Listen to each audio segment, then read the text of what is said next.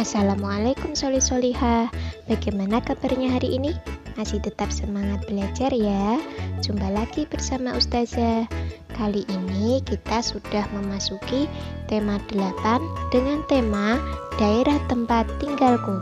Subtema 1, lingkungan tempat tinggalku.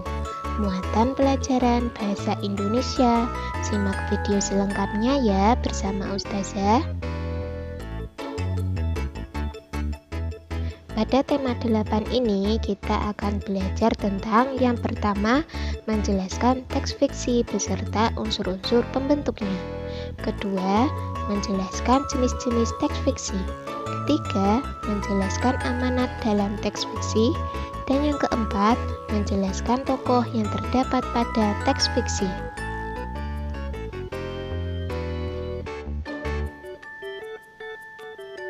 Yang pertama, menjelaskan teks fiksi beserta unsur-unsur pembentuknya. Sudah tahukah kalian apa itu pengertian teks fiksi?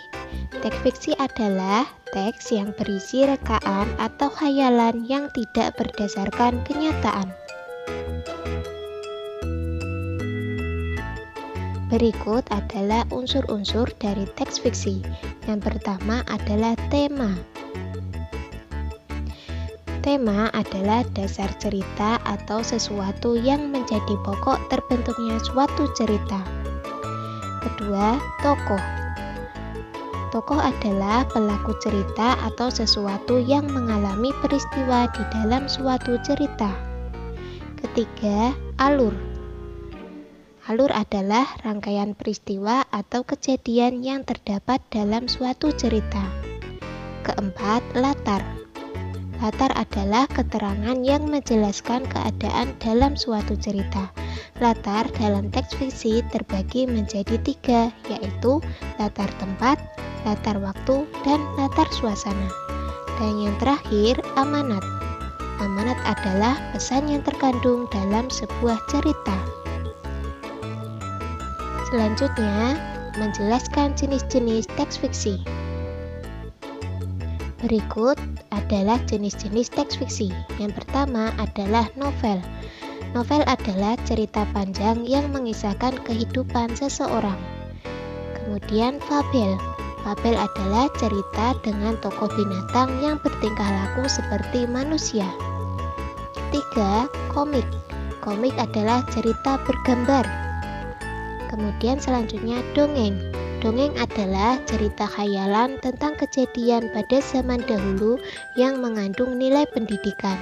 Cerita dongeng juga dapat terinspirasi dari suatu cerita.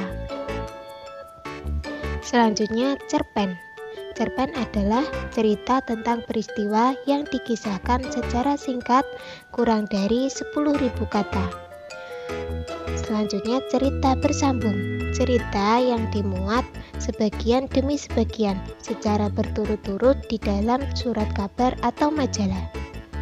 Kemudian selanjutnya, cerita silat adalah cerita dengan latar belakang dunia persilatan. Selanjutnya, menjelaskan amanat dalam teks fiksi.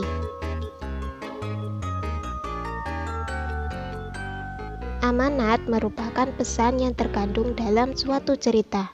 Amanat dapat dipahami setelah kita membaca keseluruhan teks. Kemudian selanjutnya, menjelaskan tokoh yang terdapat pada teks fiksi. Dalam teks terdapat tokoh-tokoh yang berperan di dalamnya. Tokoh-tokoh tersebut memiliki watak yang berbeda-beda. Ada tokoh yang berwatak positif, ada juga tokoh yang berwatak negatif. Contoh watak positif, diantaranya rendah hati, suka menolong, penyayang, dan jujur.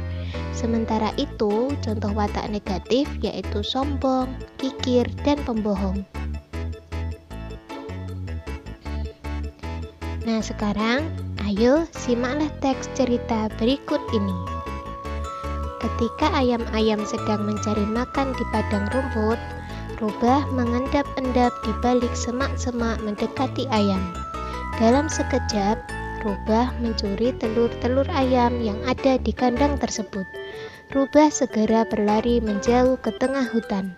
Ketika ayam-ayam selesai makan dan kembali ke kandang, alangkah terkejutnya mereka mendapati seluruh telurnya hilang. Mereka menangis sambil berkeliling di sekitar kandang berharap menemukan telur-telurnya.